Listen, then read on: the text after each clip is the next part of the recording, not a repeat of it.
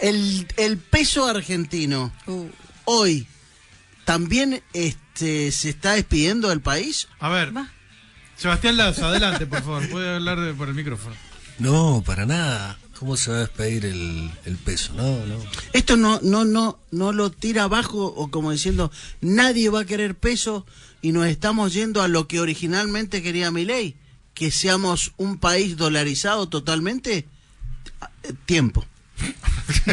No, yo no lo veo para nada eso. Lo que hay es una corrección de un tipo de cambio, un dólar, que se había atrasado un poco y que es evidente. Vos ves los flujos de turistas a Chile, a Brasil, los tours de compras, ves, comparás precios. Y acá dejaron de venir, aparte. Dejaron de venir, entonces vos decís, bueno, es un dólar que no le está sirviendo del todo a la economía. El gobierno ha evaluado que tenía que dar un giro de timón, el Fondo Monetario lo ha convencido con lo que te convence siempre el Fondo Monetario, que son con dólares. Pero no, estamos hablando de una corrección, no porque el gobierno ha hecho algo importante, que es ordenar el Estado, ha ordenado el gasto público. Claro, no es una medida descolgada. No es, exacto, no es un gobierno que vos decís, los últimos 2 años Alberto Fernández con Massa, que vos decís, esto termina mal. Y sí, termina mal, porque todo iba mal. Acá lo que vos tenés es algunas cosas que se han hecho bien, como el ordenamiento del gasto público, una cuestión monetaria que la estaban manejando bien, una inflación que venía bien, un dólar que se les quedó atrasado. El Fondo Monetario los convenció de que había que hacer algún retoque. El gobierno evaluó lo económico y lo político también, sabe que lo político se le puede complicar un poco, pero bueno, priorizó más lo otro, lo económico. Pero es una corrección, no, yo no creo que haya una cuestión de la gente saliendo en bandada a dolarizarse. Y la persona, una familia común que no está tan con esta cultura financiera ni nada de eso, vive el día a día, ¿no es cierto? Pero tiene un ahorrito, ponele, una cosita ahí, una platita, y dice, yo no quiero quedar ajeno a esto.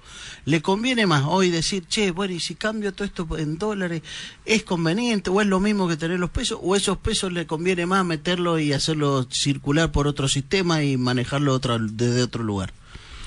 Mira, las tasas hoy en pesos andan alrededor del 30% anual. Si uno considera que el dólar le va a dar más que el 30 anual, que compre dólares. Yo no creo realmente que el dólar va a dar tanto en el año, pero bueno, ahí hay una cuestión de expectativas, es cómo mire uno el futuro. La inflación venía bajando, venía bien, lo que de alguna manera te quita un poco esa urgencia de ir corriendo a querer colocar el dinero en algo que te rinda mucho. La gente venía defendiéndose con las colocaciones en pesos. Ahora esta cuestión le mete incertidumbre un poquito a la cuestión del dólar, pero yo lo que veo, y muchos vemos, que hay realmente un préstamo tan grande que ha hecho el Fondo Monetario que es difícil que al gobierno se le vaya más de 1.400 en el año. Que en el año no pueda pasar los 1.400. O un poquito más de 1.400, porque hablaron de un deslizamiento del 1% mensual de la banda, pero ponele 1.500. Y si nunca pasa los 1.400 durante todo el año, entonces estamos hablando de que no va a haber, la inflación no va a superar eso, entonces, que siempre vamos a estar ahí, porque si no pasa de los 1.400, pero si siguen subiendo los precios de los productos, ¿es por otro factor o por alguna avivada empresaria? ¿Por qué puede pasar eso? No, son muchos factores, no es solo el dólar influye, pero no es lo único, también están los aumentos de salario. Todo lo que influye en los costos de las empresas influye en los precios. Y habrá que ver qué hace con las tarifas también ahora, con un nuevo esquema de subsidios para la luz y el gas. Tarifas, dólar, salarios, insumos, tenemos un montón de variables que influyen en los costos, no solo el dólar.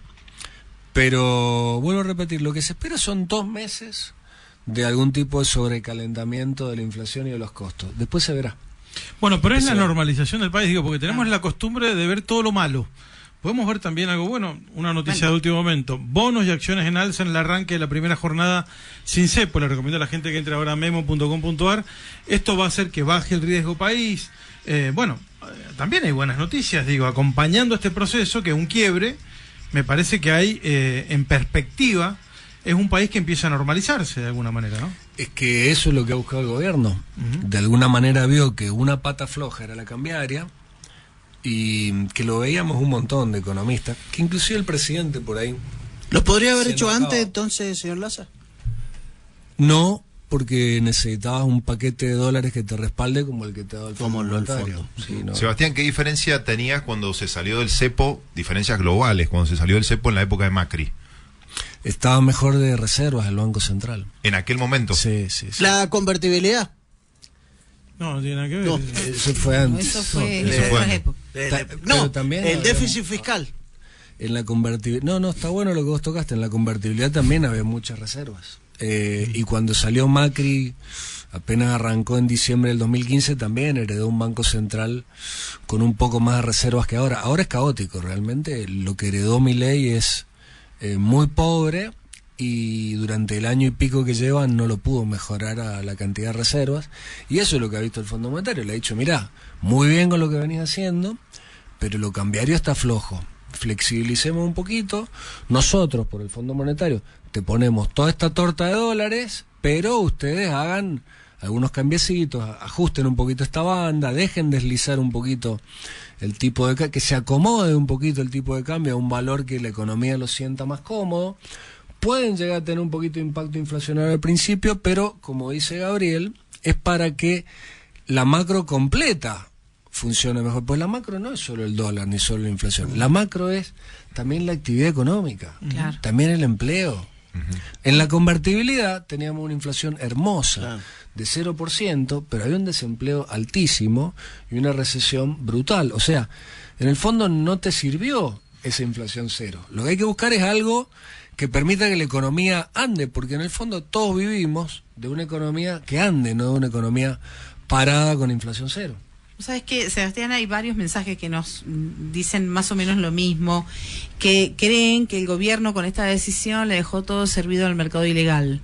Es lo que dicen algunos oyentes. Dice acá, por ejemplo, uno, si vas a Chile pagás al oficial más 30% de impuestos, 1.600 pesos aproximadamente, o a 1.330 al arbolito. Acá hay otro que dice, perdón, pero veo que en todos los lugares de economía dicen que pagando con débito en dólares es lo más conveniente en compras al exterior. No es lo mismo pagar con tarjeta de crédito que débito, si me lo pueden aclarar. Sí, lo charlamos. En tarjeta de crédito vos tenés tiempo hasta el vencimiento del resumen para hacerte los dólares físicos e ir a pagar sin el recargo. En débito no, te lo especifican ahí nomás, o a las 24 horas, digamos. Es mejor la de crédito. Pero con respecto al ilegal, no, al contrario. Yo creo que ahora, permitiendo que se puedan volver a comprar dólares oficiales sin recargo, personas físicas, humanas, al contrario, le va a achicar el negocio a los arbolitos. Acá tenemos un dato. Arbolito, Mendoza, hoy, compra 1.300, venta 1.450. Sí. Bueno, han agarrado el dólar cripto seguramente de referencia. Pero es muy probable que hoy el mercado busque ir al techo de la banda. Es muy probable, pero no hay que quedarse con la foto de hoy. Claro. ¿Es el fin de las cuevas o no tiene nada que ver y van a seguir y esto no modifica nada? No, mira, las cuevas están desde... Yo era adolescente y ya compraba... Ya comprábamos dólares en la Galería Tonza. Claro. No, siempre hay un segmento que compra dólares en negro, como se compran otros productos en negro. Lo que está en discusión es si el volumen que va a transar va a ser mayor o menor. Con cepo el volumen era mayor. Claro. Obligatoriamente tenías que ir a hacerte de dólares para un montón de operaciones en negro. Ahora creo yo que el volumen se les va a achicar un poco. Está con nosotros Sebastián Laza, economista. ¿Cómo va, Sebastián? Gabriel, ¿cómo está? Muy buenos días. A los muchachos también. Buen día. ¿Cómo andamos, Sebastián? A la señorita. Buen día. Buen día, Mirá, buen si día. te contara. Pará. Dale, ¿qué Bueno, dice? estamos con la expectativa, la gente está ansiosa, nos están mandando mensajes desde las 6 de la mañana, preguntando qué pasa hoy, ¿Qué hacemos? qué hacemos, qué pasa hoy, porque al final, después de 2049 días, se terminó el cepo, y a las 10 de la mañana abre en Buenos Aires, acá ya están los bancos funcionando, pero en Buenos Aires se abre todo el mercado, ¿y qué va a pasar hoy, Laza? No, y en Buenos Aires es donde donde se toma el precio de referencia, porque Claro. como bien decís, ahora si vos vas ahí a la calle San Martín y Espejo, hay arbolitos vendiendo, pero no tienen referencia. No creo que estén tomando el dólar, podría haber pasado un rato por ahí, pero no creo que estén tomando el dólar cripto. El dólar cripto ayer Hoy bajó estaba, 4%. anoche a la madrugada andaba entre 1.300, 1.350. Mira, yo lo que creo es que el mercado hoy lo va a tratar de llevar de la mitad de la franja para arriba, pero no hay que quedarse con lo que pase hoy. Me parece que Hoy es un día para mirar, no para actuar, decís. si alguien tiene necesidades muy concretas, sí, va a tener que actuar, pero nosotros que estamos en el rol de analistas, creo que tenemos que mirar esta semana corta, la semana que viene, todo lo que queda de abril, para ver dónde se estabiliza.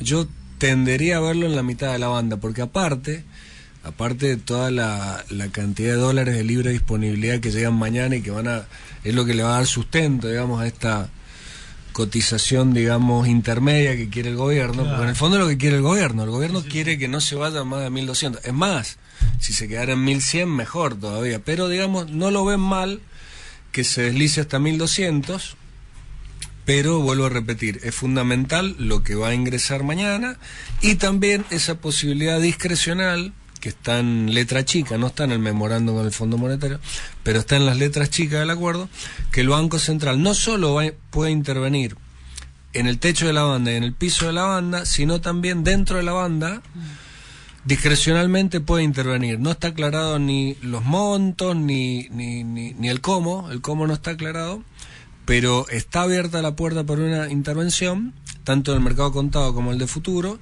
y eso de alguna manera va a ir llevando también la cotización hacia esa franja de la banda donde lo quiere ver el gobierno, ¿no? Conceptualmente, vamos a arrancar por el principio.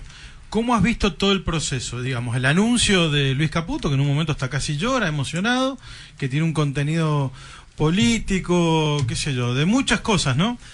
El discurso del presidente que dio en cadena nacional por la noche y todo lo que ha venido analizándose durante el fin de semana. En lo conceptual, ¿este proceso lo ves consolidado, lo ves firme, lo ves sólido o puede ser volteado por conspiraciones, puede ser respaldado por los sectores económicos o puede ser boicoteado? ¿Cómo lo ves? No, volteado no.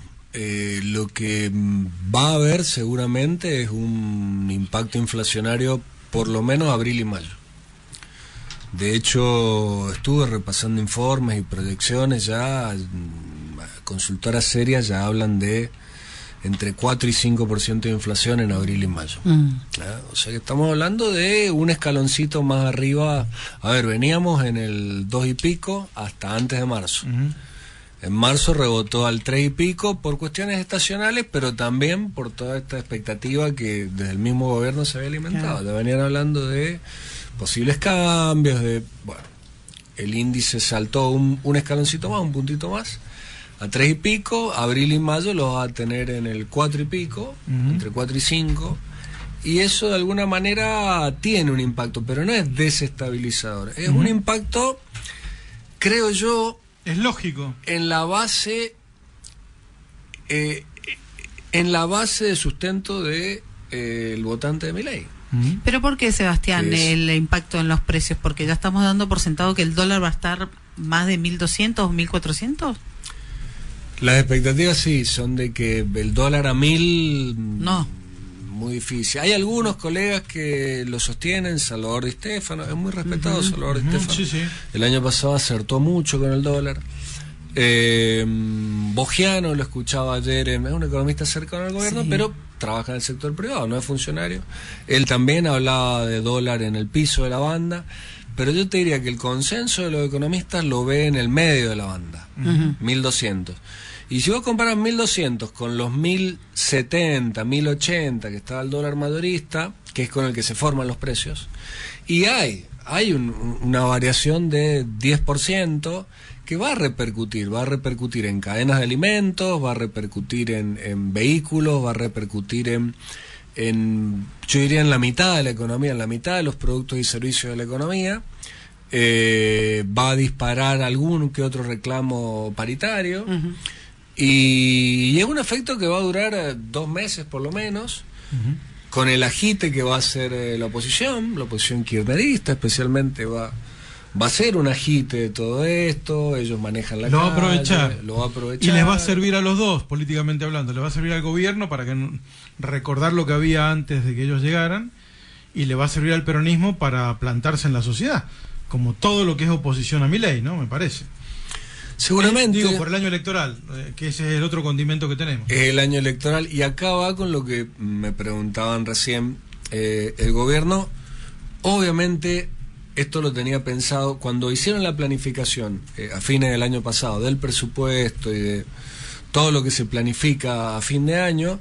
Este escenario no era el que esperaban para abril, lo esperaban para post-octubre, porque es un escenario que empioja un poquito la calle y la economía por lo menos 2 meses. Ellos lo esperaban para noviembre, diciembre, es más, quizás hasta para febrero o marzo del 2026, la salida esta del Claro. cepo. Sí, el viernes decíamos eso acá en el programa. Es la expectativa, pero no solo nosotros que estamos en una provincia, somos en todo caso analistas de la economía regional, los economistas allá de la City, cuando hubo el famoso REM, el Reglamento de Sí. Expectativa de Mercado, del Banco Central, el escenario que veían para este año, hasta antes de marzo, era un escenario de una inflación tendiendo al 1 mensual con el gobierno. Es más, las consultoras de los politólogos, que son los Caterberg y los que van de empresa en empresa o de medio en medio formando la expectativa, ellos hablaban de un escenario manejable para Milei hasta octubre, con un escenario, digamos, ampliamente favorable para las elecciones. Esto se tuvo que adelantar, especialmente por lo que se vio en el verano con el turismo, con lo que se vio cuando eliminaron el impuesto país y flexibilizaron las importaciones. Hay una avalancha de importaciones, un empeoramiento de la balanza comercial muy pronunciado, y esto precipitó este acuerdo. Por supuesto que el gobierno sabía que el Fondo Monetario pedía flexibilizar lo cambiario, eso lo sabían, pero no necesariamente para aplicarlo a partir de abril.